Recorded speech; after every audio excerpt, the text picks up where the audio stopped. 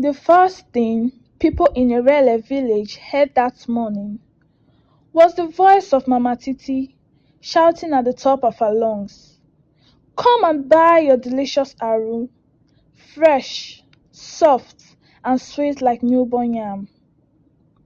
Even the goats stopped chewing to listen. If noise were money, Mama Titi would have been the richest woman in Irele. She had only been in the village for 2 months, but she had already quarreled with every neighbor on her street, including the chief's wife. Born and raised in Lagos, Titi believed that Ozo could solve anything.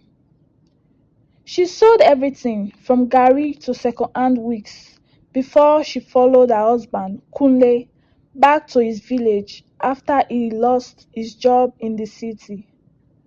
When they arrived, she looked around at the quiet life, goats crossing lazily, people greeting each other like they had all the time in the world, and sighed. This place needs business, serious business. Her husband only smiled. "Titi, this is not Lagos o.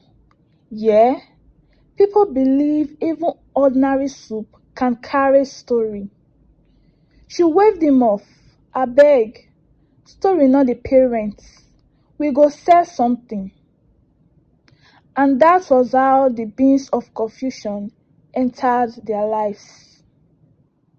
One afternoon, Titi followed her new friend, Mama Fadeke, to the market.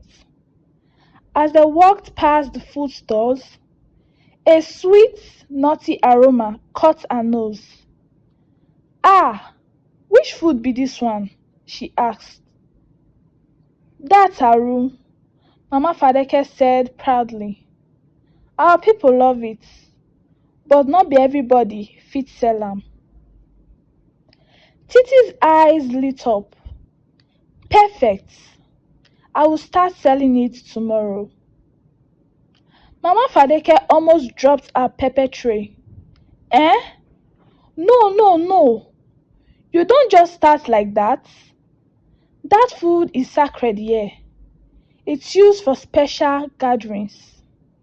Titi rolled her eyes. "Gathering care? Abi na beans party? Please, leave matter.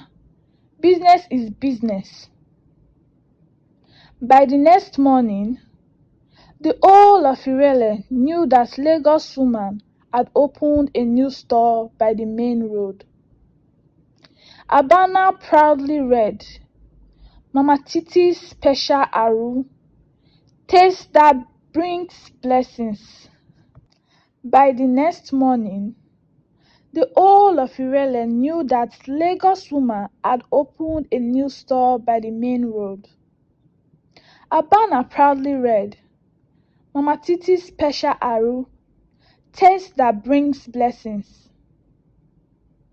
The villagers whispered among themselves. One old man shook his head. "Aru, that even elders cook only during the new moon? And this woman dey fry am by the roadside?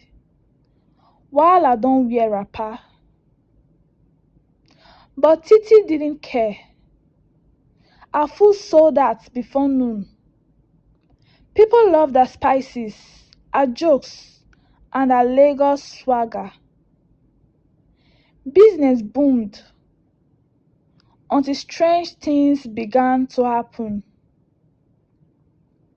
It started small.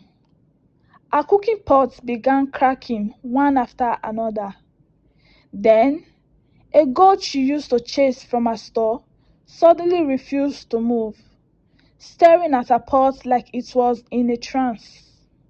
At night, she began dreaming of women in black wrappers dancing around the fire, chanting her name. When she told her husband Kunle, he laughed. "Ha! You and your Lagos wahala. Maybe you watched too many Nollywood films." But that night, While he snored, the spoon she used to stir her beans rolled off the table by itself. By the third week, things had escalated from strange to pure village chaos. The chief's wife came to our store and sniffed the air dramatically. Mm? Mama Titi, so you are the one shaking the ancestors with your cooking? Titi laughed, hands on her hips. Ah, Mama Chief, na only beans I dey sell o, not thunder. The chief's wife smiled. We shall see. That evening, as Titi was washing her pots, she heard a soft whisper. Who gave you the right to sell our food? She turned sharply. No one was there. Only her pots bubbling gently, as if mocking her. She hissed. Even spirits want eat my aru? No problem, I will increase the price. Then the sickness started. People who bought her food began to complain of nightmares.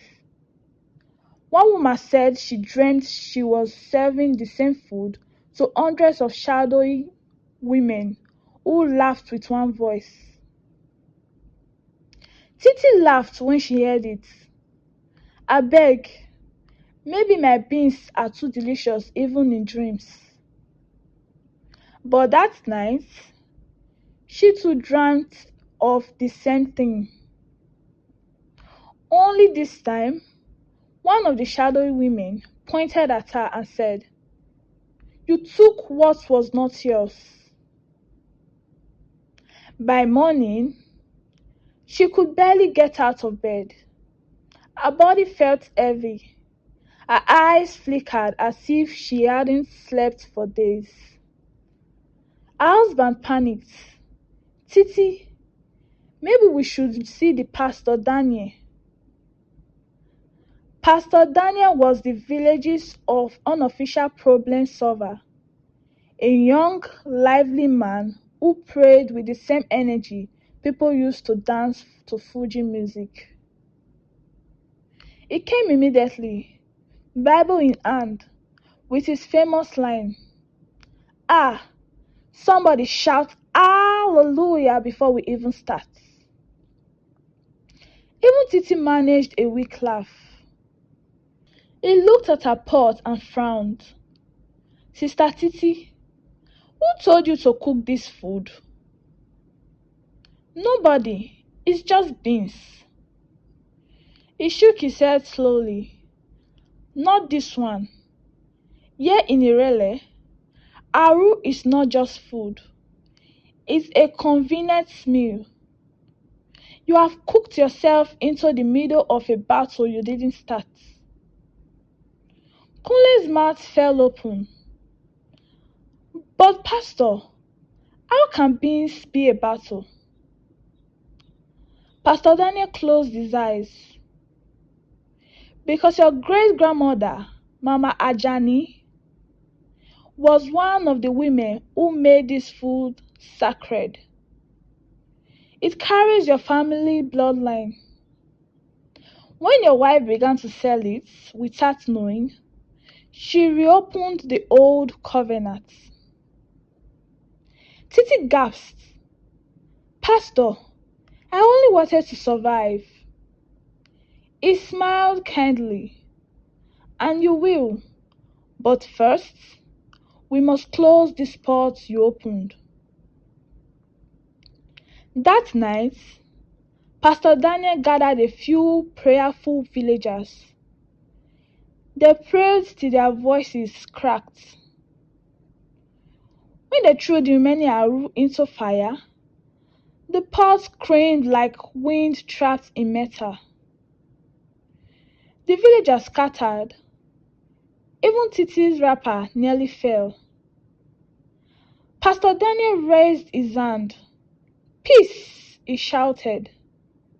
and instantly the air became still. By morning, word spread that the Lagos woman spot had spoken. Some people laughed, others ran to church. One even said she saw Titi's cooking spoon chasing a rat in the night. But from that day, Mama Titi never sold Aru again.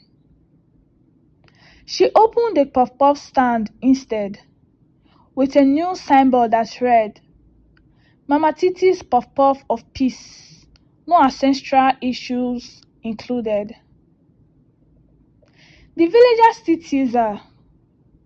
Whenever someone gets too ambitious, they say, ah, don't go and do like Mama Titi before you sell beans that belongs to spirits. The moral lesson of Mama Titi's story is that not every hustle is your calling. Respect traditions, even if you don't believe in them.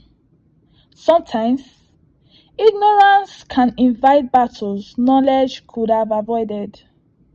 And most importantly, when bees start talking, just pack your load and run very fast. Hey, African Tales by Sonia. Thank you all for watching to the end of the story. And please don't forget to like and subscribe. And also share to your loved ones who might love to see the story. And don't forget to turn on your notification bell so that when I drop new amazing and interesting stories like this, you'll be one of the first people to get notified. Thank you all for watching the story to the end once again. Thank you for supporting me. And remember, make yourself the priority. Don't let anyone bring you down. Until I come your way again with my next amazing story. Ciao!